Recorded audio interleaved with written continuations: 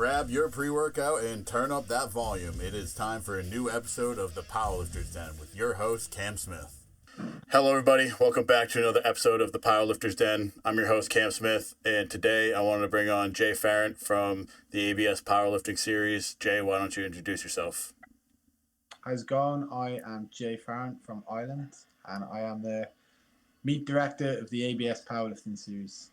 Awesome. So before we kind of dive into that, I wanted to start off by maybe talking a little bit about your background in the sport. I know you had a military background and then got involved with the Ireland Powerlifting Federation, and kind of from there it stemmed into the ABS. So maybe just tell us a little bit about that. Yeah, so obviously served with the British Army, served overseas, a few places. Moved to Dublin when I was in my younger years. Unfortunately, I'm a little bit older now, in my 20s. Always loved strength sports, as most people involved in powerlifting do. Wanted to stay broke forever, so decided to take up powerlifting. And yeah, like just went from being a okay powerlifter, but with a good eye for, I'd say, coaching. Ended up coaching a lot of IPF lifters, set up the IPF in Ireland, was president for 10 years, head coach for 10 years, kind of traveled all over the world with the IPF. Did it all with them. But I always kind of was something draw me to big dudes on steroids, lifting more weights. Don't know what it is. It's just, so I kind of always liked the standards of the IPF and the streamline, but that's what kind of drew me to that, setting up the AB series and kind of going 100% untested over the last couple of years. Yeah, so I kind of wanted to hear a little bit more about kind of your experience within the IPF. I know over in Europe, the powerlifting is kind of more a team, not necessarily more of a team sport, but it definitely has a kind of different vibe than like over here in the U.S., where we kind of just have all these federations and all these, like, I guess you want to call them backyard meets. So kind of want to hear a little bit more about that. Yeah, so like I've been fortunate enough to travel to the States multiple times for big pro comps, Ghost, Kern. What else is it? Like IPF Worlds when John Hack beat Brett Gibbs. That was my first IPF ever competition. But as you said, like in Europe, it's a lot more solidified. Up until a few years ago, it was like IPF. That was it. And when I set up the IPF in Ireland, I brought the IPF back. I would have been of that mentality that there is only the IPF, that elitist mentality. And again, it's just really fucking well organized on a domestic level. You can go to any country in Europe and the standards are going to be pretty much the same. And then you'd have like your coaches within that country, you'd have your 2-3 good IPF coaches. We're predominantly an IPF gym, our club. So yeah, it's a lot less fragmented, whereas the States is just, I don't even know how to describe it. It's like boxing. You've got like so many feds and comps, and it's just lacking that, like, just one platform, Lord of the Rings, one platform to rule them all. Yep. And because of that, like, this is just my observation, because of that, like in the US, all these like meets are fighting for these names. I just felt like over the years, the standards definitely were lowered in terms of like judging. You get lit because everyone was just about, especially untested, everyone's just about all-time world records. They go to a meet and like it's almost like the meet was scared to like enforce the rules because they didn't want to lose this big name or have a big fucking pissy fit about it online. And like Record Breakers was, remember that Record Breakers? That's a good example. So there's loads of meets in the US. There's loads of brilliant meets. There's loads of good meet directors, but it's just too many. So I think although you've got all the best lifters, or the majority of the best lifters, even though Europe's catching up, when you ever see them on the same platform, the biggest head-to-head competitions, is being big dogs. Everyone talks about big dogs. They set the precedent with untested head to head. And then you got like IPF Worlds. That's kind of, you did have USA PL Nationals up until they, of course, fell out with the IPF. Yep. Yeah, so that's the way I see it. It is very more club like focused in Europe, and just people tend to just compete head to head. Whereas America, it's always about like numbers, So there's no right or wrong. It's just very different. Yeah, and I think with the environment over here with all the federations, it kind of can take away from the, I guess, integrity or the legitimacy of the sport, and the fact that all these different federations, like at the end of the day, most of them follow a very similar rule book, but these little nuances here and there will can kind of cause some issues. Yeah, and they obviously with like specialist bars and monos and all this, it has deviated away from the original kind of rule set. But again, like you know, ask any girl, 1 to 2 inches makes a massive difference. So if you've got a platform where someone's allowed to squat 1 or 2 inches too high, like that's when you're at that elite level, like that is a massive difference. Yeah. Especially the big guys getting down that extra 2-3 inches. So although they follow the same rules over the years, you've definitely like seen them not enforced the same. I do think it is coming back around. I think the general attitude towards like shit lifting or shit lifting standards has changed because they want to hit a number and have like their peers kind of recognize it. Um, so that one positive of like not just USA powerlifting but just untested powerlifting as a whole. Yeah, and I think part of that too is just with all the social media now, just there's way more accountability for your lifts, and people are not afraid to call you out. Yeah, yeah. Social media is just relentless. It it is what it is. You can't put anything up or hide anything now. So, um, yeah, if your lift's not to a good standard, then you're going to get cremated online, and that that's probably a good thing in the grand scheme of things because at the end of the day, the way I see it, we're gatekeepers of the sport. It's on if you like no one's in powerlifting for like to get rich quick. Yeah. Like trust me, you're not. Uh, Most of us have like failed relationships and see our kids on the weekend because we fucking at some point we were like in the iron bug phase. Um, so like it's on us to keep the integrity of the sport, and I do feel it has come back, especially with untested side the last couple of years, which is it's great to see.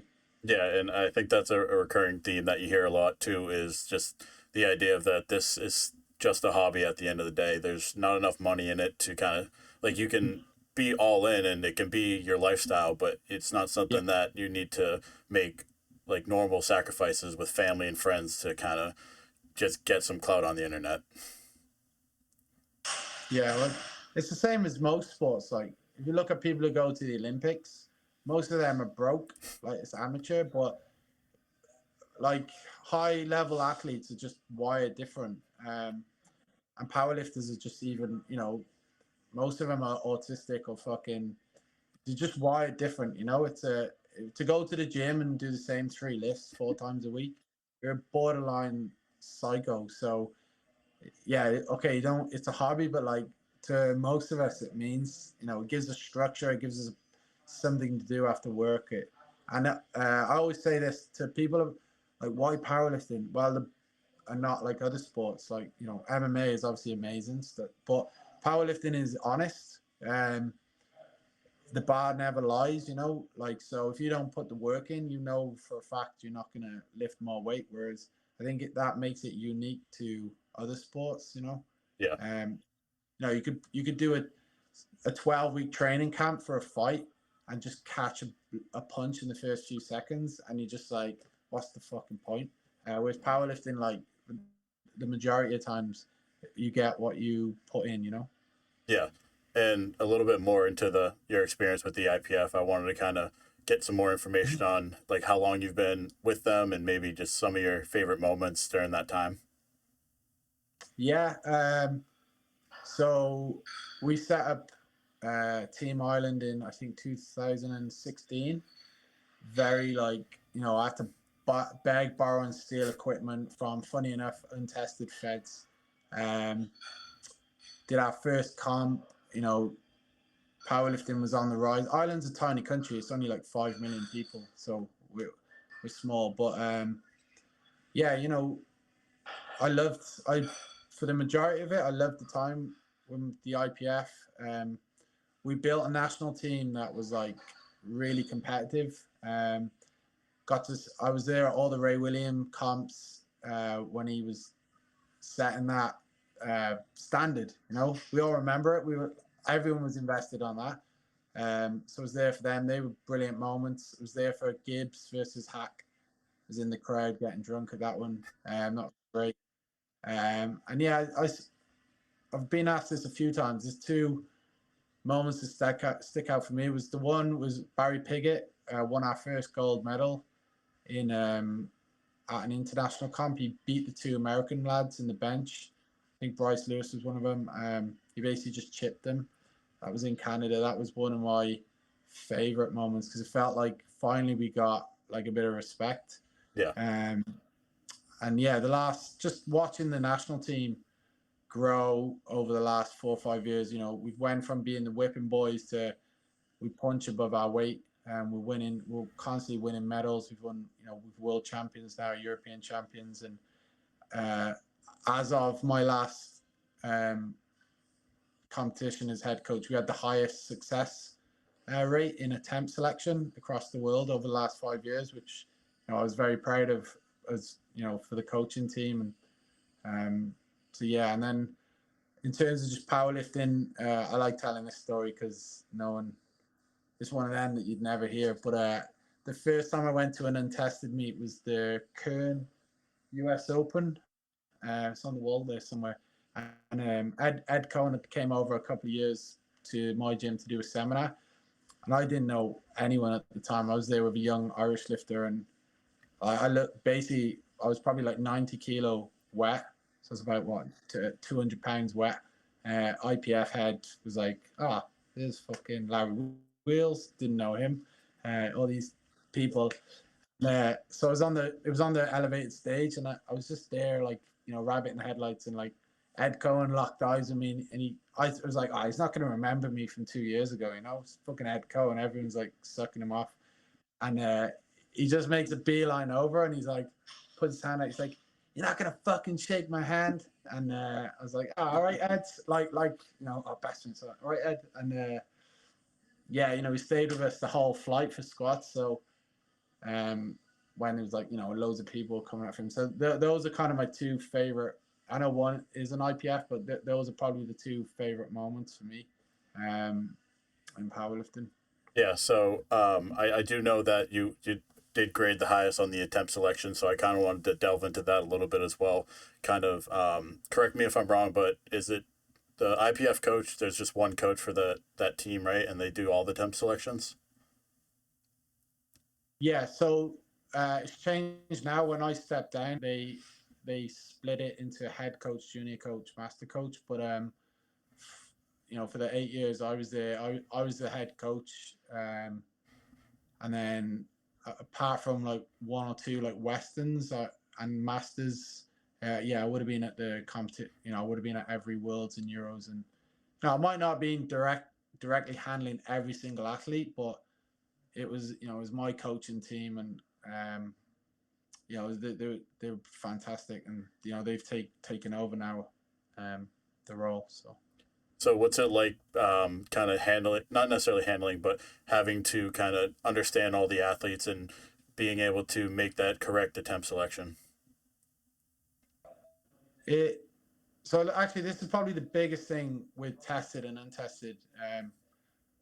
The attempt selection, like it's very quick. You've got a few seconds to make calls and get your attempts in and play the board. It's very strategic.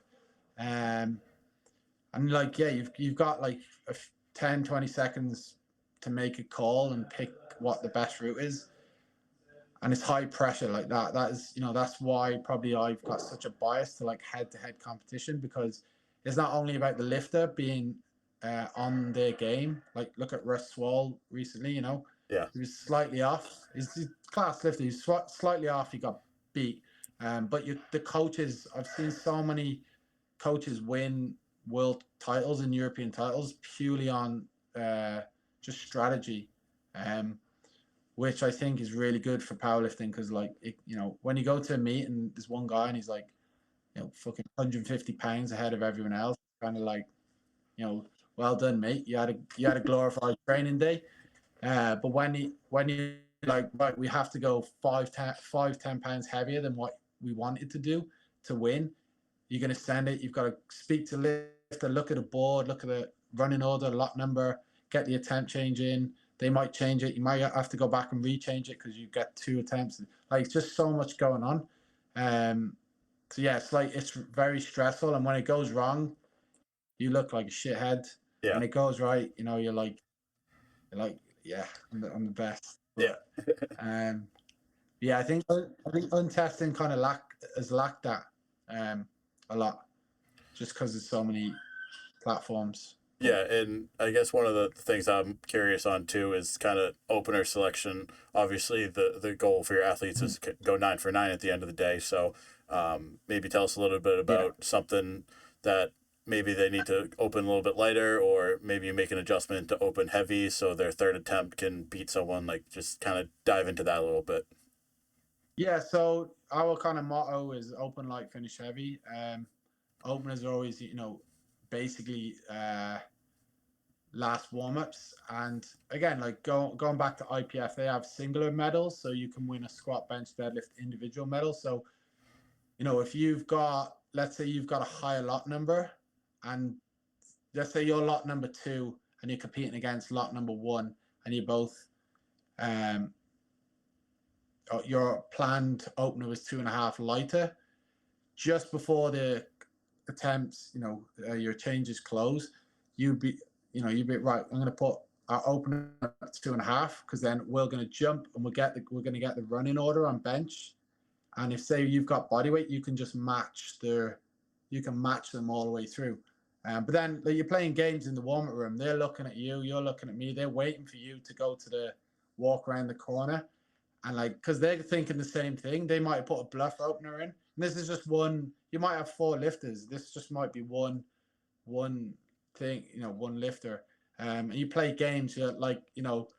I'd send someone else over who they didn't notice. I'd walk off to the toilet. I'd be in the corner playing with my phone, and there's all these stupid things come into play. And then obviously, deadlifts keep having the lot higher lot number on deadlifts, and having a bigger deadlift is a massive advantage. Just playing the board. So yes, there's loads to it, but I think in untested they tend to. I think the mentality is a little bit different. Like in IPF, it was like you have to go 8 for 9, 9 for 9 to win events, and you might not get the PBs you want, but you want to win the event first. You're not trying to just go in and hit PRs. Where in the untested thing, it's almost like, right, we'll take a heavy on the second, and if we get it, we'll just go up and see what's there. And that's just the way it is, typically, because it's on their own in a meet, and they're not fighting for placing, so you can have that attitude going in. But the AB series in Europe that's over with. You ain't winning meets going 6 for 9. No one wins meets here at 6 for 9. You've got to be going 7 for 9 at at most, or at least whatever it is, and that's probably missing a bench. Most of our athletes at our comps go 8 for 9, 9 for 9 to win. Yeah, so I think that's a good segue to kind of start talking about the ABS. Maybe tell us a little bit about what gave you the idea, what sparked that, and maybe kind of the foundation of that. Yeah, so obviously I was IPF head, whatever. I used to go and watch some of the equip stuff down in Limerick, And man, fuck me, that was class. It was like there was knees popping, there's blood, there was monoliths falling. Like I was going down like thinking, this is like watching fucking WWE, man. So I used to just go down on my own, like just in the corner. Oh look, there's the natty IPF guy. But I enjoyed it. I was like, that's powerlifting minus the like squats being 4 inches high because equipped Yep. won't go to that. Um, so it's like obviously I knew the majority of the top Irish lifters either trained in my gym or trained in my friend's gym. I was like, fuck it, let's put together a meet that's just like anyone can. This is before Article 14 was like around. It was loose. It was very loose. Um, so I got the best non-tested and tested Irish guys to go head to head at ABS Pro 1, which was back in 2018. And it was just like, look, obviously, like you're 20 kilo heavy, we'll just do it on Wilks. We had the best number one male and female tested and untested on the same platform. And it was just amazing. I was like, that is powerlifting. We had a live band, we had fire breathers, had a massive crowd. Uh, the following year, the band actually caught on fire, the fire breathers, and like they had to stop playing. And like it was just, I was like, that's powerlifting. That's how the crowd were all drunk because it's Ireland. Um, so it's like, yeah, that's a really good mix. High standard judging, doesn't matter who you are, we don't care. My goal was like how I had no money for prize money. So it's like, how am I going to build this brand when you're competing against like Russ Kern at the time and throwing money around? I'm like, right, what do they have that I don't have? What do I have that they don't have? And that was high standard judging and like head to head competition. Um, so yeah, that's what I was like, right, we're gonna stick to our guns. It doesn't matter who comes over. Everyone gets treated the same, judged the same, just like in IPF, and no one's gonna get like special treatment. And that includes my own lifters. Like I would bring in other IPF refs, not from our gym, and I felt that my lifters that I coached got judged harder because I was the head coach. Even I would be like, nah, that you were lucky to get that, And looking back to, but so yeah, I think that was the foundation of ABS is strict standards, well run comps, one winner. So I spoke to like Micro about this. I'm like, who's the American Pro champ? I asked you, who's the American Pro champ? Uh, can't remember off the top of my head. Yeah, because there's like six. Yeah. So who's the ghost class champ? There's like five or six. Well, it depends right. Who won? Like for people in Europe, it's like who is the Clash of Champions type Clash of Titans champion? Dave Richardson. He beat this guy, and this guy. Who is the ABS Pro champion? Oh, it was Boris. There's just one champ. So I think eliminating a lot of the divisions as well was a big factor, and just having the equal standards for everyone. High standard judging. And let's be real, like elite lifters, they do like the challenge of like, okay, you're the toughest platform. I'm going to show you, that I can lift to that standard. That's kind of been the foundation of ABS since we set it up. Yeah, and I think that's kind of what piqued my interest towards you guys is the idea of having the high standards of judging, but also bringing some more entertainment to the platform other than just a world meet where it's just like you said, it is a competition, but I can see how it would be boring to maybe someone outside of that world when this is something that I could get someone to watch on TV. Yeah, yeah, that's something over the last few years really worked on is building like right. Everyone who likes powerlifting is going to probably watch this anyway. We all watch IPF Worlds, and that's like watching paint dry. We like watching the battles. We like watching the people, not the platform. Because let's be real, majority of people, including IPF, don't really like IPF, but they like the lifters. So like my goal is like, right, I don't want to appeal to powerlifters. They're going to watch anyway. I want to appeal to guys who like, just want to watch a show. Um, I don't know if you're familiar with darts, but darts in Europe is like really big, and they're just go and Google darts in dart competitions, like fat guys throwing arrows. They get like 10,000 people, all drunk, all cheering. It's like crazy, and that's darts because they're invested in the I can't even call them athletes, in the people, like, so yeah, that's kind of been my focus the last couple of years, is making it a crowd event. I'm not going to give too many secrets away, actually, but we do stuff that brings in the crowd engagement. Like lots of alcohol is a good one. Um, Lots of promo on the rivalries, the lifters, building up a story. We have all the videos and photos from day one, all on hard drives, so we can just, when a lifter comes back, we've got all their old lifting footage. We're building the story. We've got old interviews, and that's the difference, I think. Whereas comps, a lot of the pro comps just, here's 10 grand, winner is going to come, and they might break this record, and your normal person doesn't care about a record. What's a record? Is that the one over your head? Yeah. Like, whereas, do you remember like Thor versus Eddie Hall? Yeah. Like, them guys literally went into a boxing show because people were interested in the rivalry. If they had a tickling competition, everyone still would have tuned in. Or if they had like pillow fight, because it wasn't necessarily like interested in strongman. They were interested in like two guys swinging dicks and seeing them come out. Like, so I think that's like the difference with, say, abs and what else is going on right now. I think that's kind of one of the main reasons that maybe like strongman kind of has more ground on the outside world, is just there's more like exemplary on the personalities of the athletes, other than just, oh, this guy lifts this much weight, but maybe he lifts this much weight because he hates this guy and wants to beat him. Like, it kind of it brings up a little bit of that feud and that rivalry that kind of keeps the sport interesting. Yeah, and like again with strongman, they always have duels, don't they? They always have two. It's always this guy versus this guy. Like, no one even knows.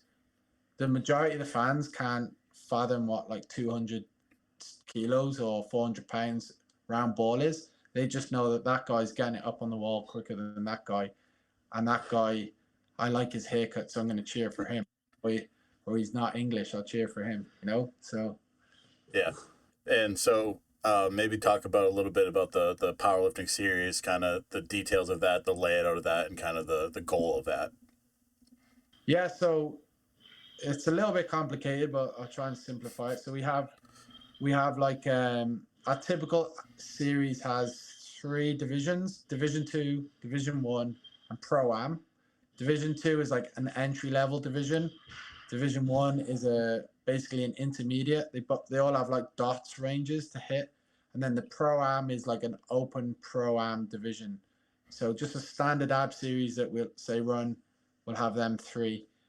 All the Pro Am divisions have like, they'll have their official ceremonial weigh-in, press conference, the media day, and they all get that. Outside of that, then we recently kind of packaged it as our majors, which is our Abs Pro, which is basically Wilks. That's in August, so that's like 16 lifters from 16 countries. I think it's 12 to 13 male and female.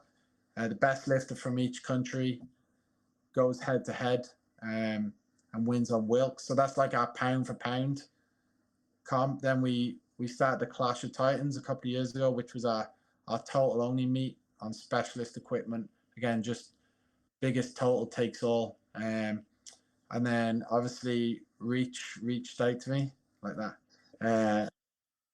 And then they want, I think obviously there's a lot of hype over Clash of Titans, and they were like, let's do something in America, sleeves. I was like, yeah, I think that'll work.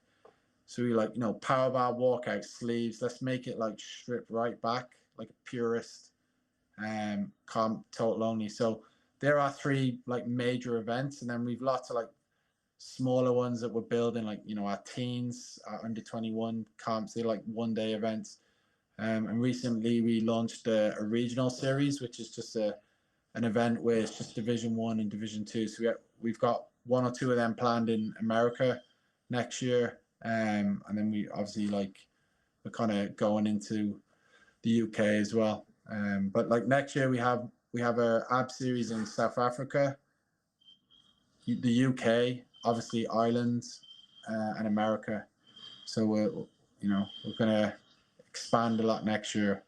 But it's a centralized thing, so it'll be our refs, our media team, all our administration, whereas we'll never be as big in terms of members as, say, WRPF, but that's not the goal. The goal is to keep their integrity, expand enough, make it an exclusive platform, but obviously spread out, and do one in South Africa every 4 years. We were in Germany this year. We were in Scotland a couple of years ago. So that's the kind of general gist of it. Yeah. So with the recent Clash of Titans, what are maybe some of the learning points that you took from that you're going to use to kind of make the Reach Rumble what it is? Well, I think keeping it exclusive was a big one. Again, like a bit, and there's the way Pro Meets is set up in the US, it's a numbers game. They need 100 plus, because again, your venues are even more expensive. Your prize money is a lot higher for the big ones.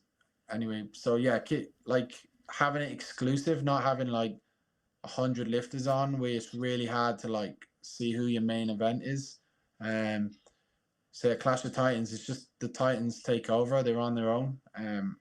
Everyone knows what it is. It's very clear what's going on. Fast-paced meets. That's obviously something we didn't really touch on, an abs comp's probably going to last 3 hours. So watching big guys have 20 minutes to warm up for bench is fucking hilarious. We had two defibs on standby. Yeah, no. But if you want to keep engagement with the fans, because they are fans, they're interested, they're following it. That's what you need. You need to not be there for 5-6 hours, falling asleep or doing loads of cocaine, because that's the 2 options you got. You want it over in 3 hours, like most sport events. So yeah, keeping it quick, bam, bam, bam, straight into the lifts. Making a big deal of the champ, and yeah, building stories, building rivalries. You're gonna, at the end of this day, there's gonna be one champion. He's gonna go home with the belt. He's gonna bring it back next year. And that's, people want a hero and a villain. So I think they're the biggest things we learned from Clash, and just keeping the standards. Just because they're big guys, they fucking need to hit depth. They need to pause the benches, and they need to lock out the big marshmallow knees. That's the end. That's just because you're stronger than the little guys doesn't mean the rules don't apply. So yeah, that's probably, it's easy when some guy's got 1,000 pounds on his back to just be like, because I ref as well, just be like, I want to give that, because you expect it so much. But at the end of the day, you're just shooting yourself in the foot if you don't enforce the same standards. So yeah, they're kind of the main things. Yeah, and I totally agree with that. Just because it's heavy doesn't give a lifter an excuse to kind of go away from the standards. And I think that's kind of the difference with you guys having your first meet in the US. That's going to be what kind of solidifies you and gives you the respect, is being able to uphold those standards when some of these federations around here will just let shit slide like crazy.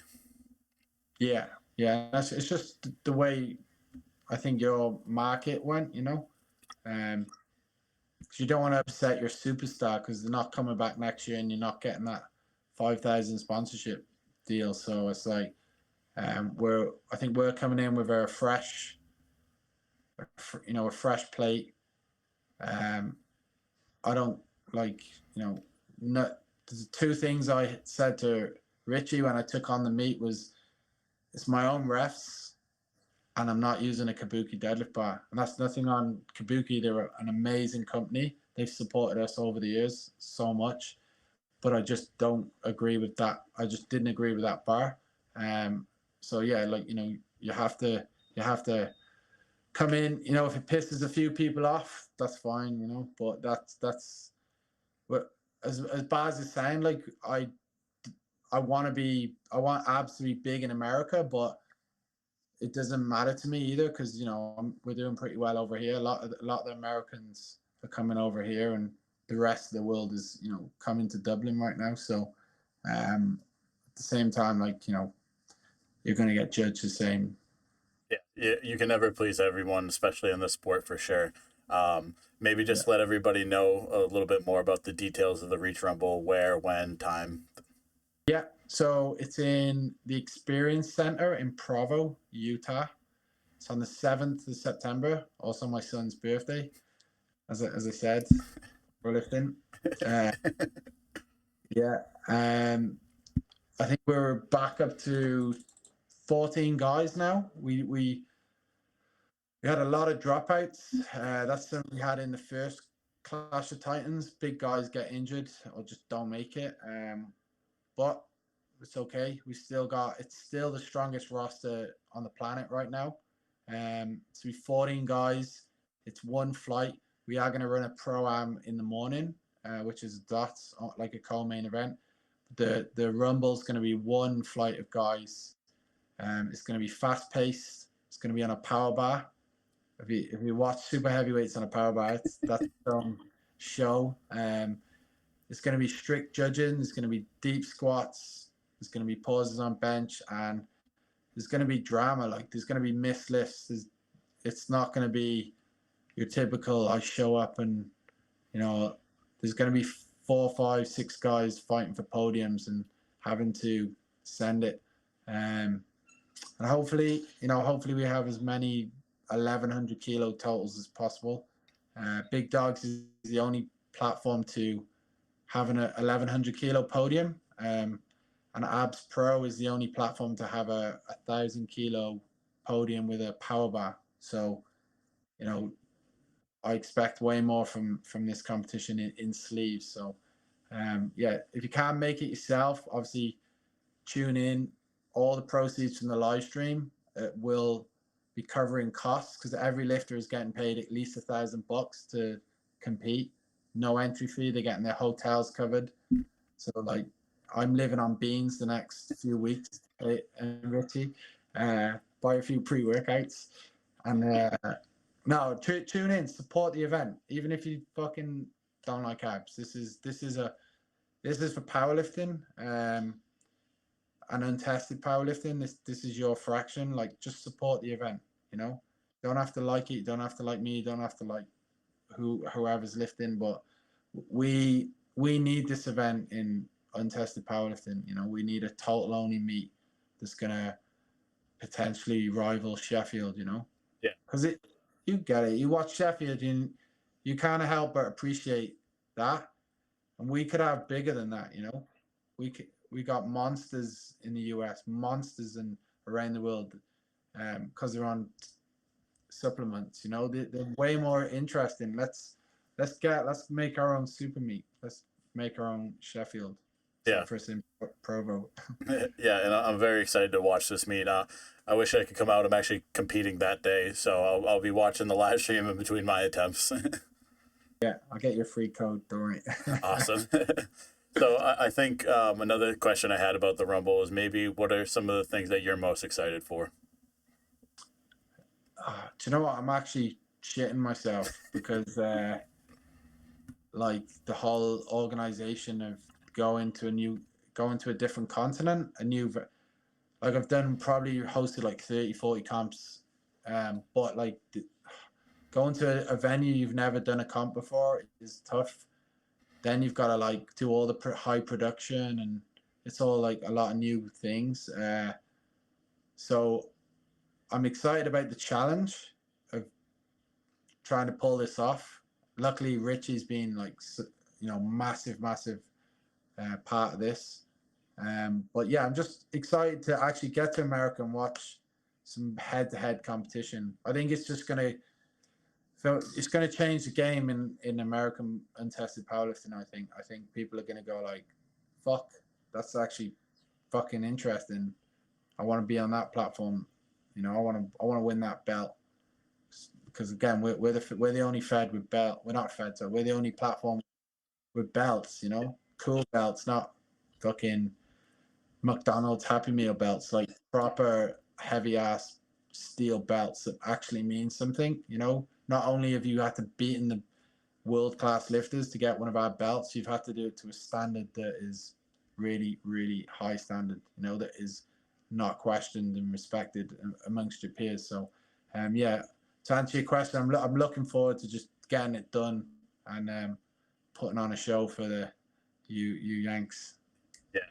And another thing that I wanted to kind of know a little bit about more is with the creation of the meet.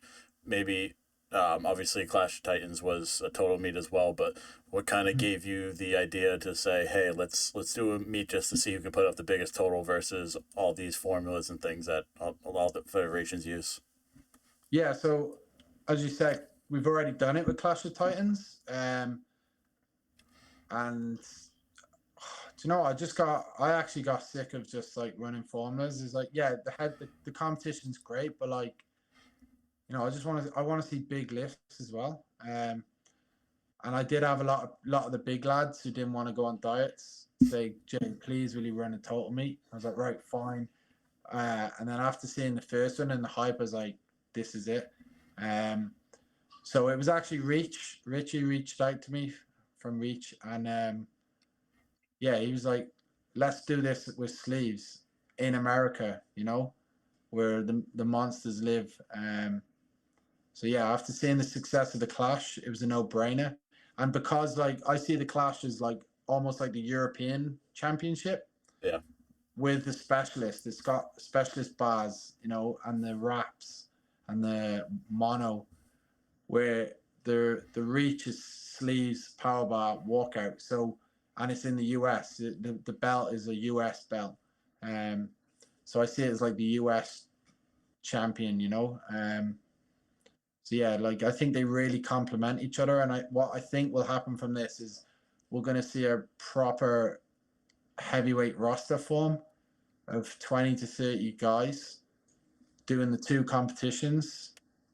And what does come, you know, high tide raises all ships. I've seen that in Ireland. You know, our level has just gone massive now. So this is planting the seed for big totals in the next few years because these guys. This isn't the end of it. It's not a one comp. This is going to be rivalries formed.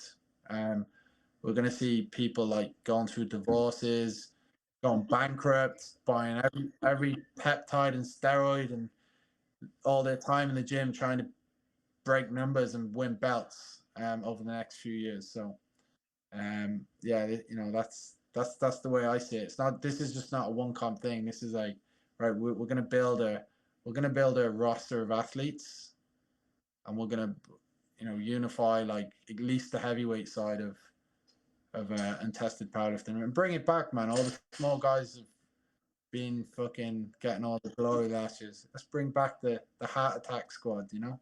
Yeah, and I think one of the things I'm interested to see too is maybe with like obviously everyone's heavy on this roster, but maybe some of the relatively lighter guys comparatively to see how far they're gonna kind of push their bodies to throw up their total, or even like with the meet next year or anything like that, kind of seeing who comes out of the woodwork by, I don't know, maybe they're at 220 that bulked up to 280 and now they're putting up 2400 on the bar. So yeah, so that's actually a good topic. So because of the pace of the meet, you need to be actually in condition. You need to be in shape.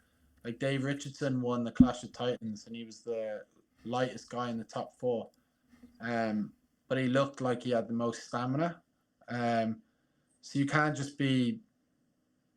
be like too heavy now, you know. Some might argue, oh well, you know, it's about lifting the most weight. And it is, but it's about lifting the most weight under our conditions, not doing it over like 6, 7, 8 hours, going off for a McDonald's, coming back. Like that is not a professional sport. Okay, like you need to be in shape. You need to be you need to be in shape. You need to be strong, and you need to take your nutrition seriously and make sure your drug cycle isn't like just adding more drugs. You need to be what's going to give me the best bang for my buck, where I'm not pumping out buckets of sweat. So I do think having the short turnaround time does professionalize the competition. And if you want big sponsors in, like say Monster Energy and all these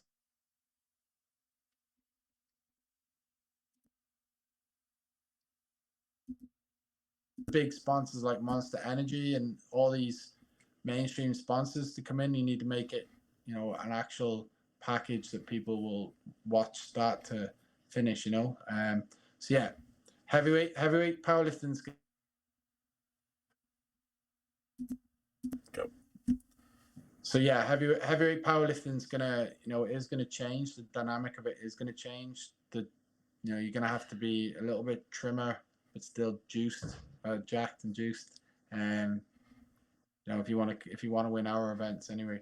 Yeah, and I think that's really huge in the heavyweight world. It's gonna definitely kind of shift the totem pole and being able to see just what a more of like a peak athlete looks like at that size, rather than just being the heaviest you can be, because there's a lot more to it than just being a total out there, because you have a short amount of time, you have high standards, there's a lot of things that you have to balance and juggle, and the strategy would be really cool to see.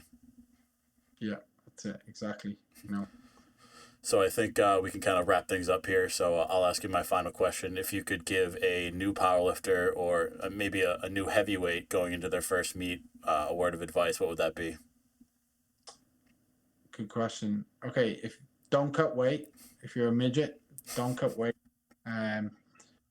Open light, open with something really light, because the only number that matters is the total, not the individual lifts. And remember, it's your first meet. You're not competing. It's not the world championship final. It's your first meet. Have fun. I wish I had more fun. Have fun, enjoy it. You're gonna come back and hit PBs. So, and if you can get a handler, get a handler. And lastly, bring toilet roll. Bring your own toilet roll, because there's never no fucking toilet roll in the gym, in the toilets. Well, that's definitely the first time I heard that answer. So, but I think that's all great advice, and I wanted to thank you again for taking the time to come on. My pleasure, and see you on September 7th. Yes, sir.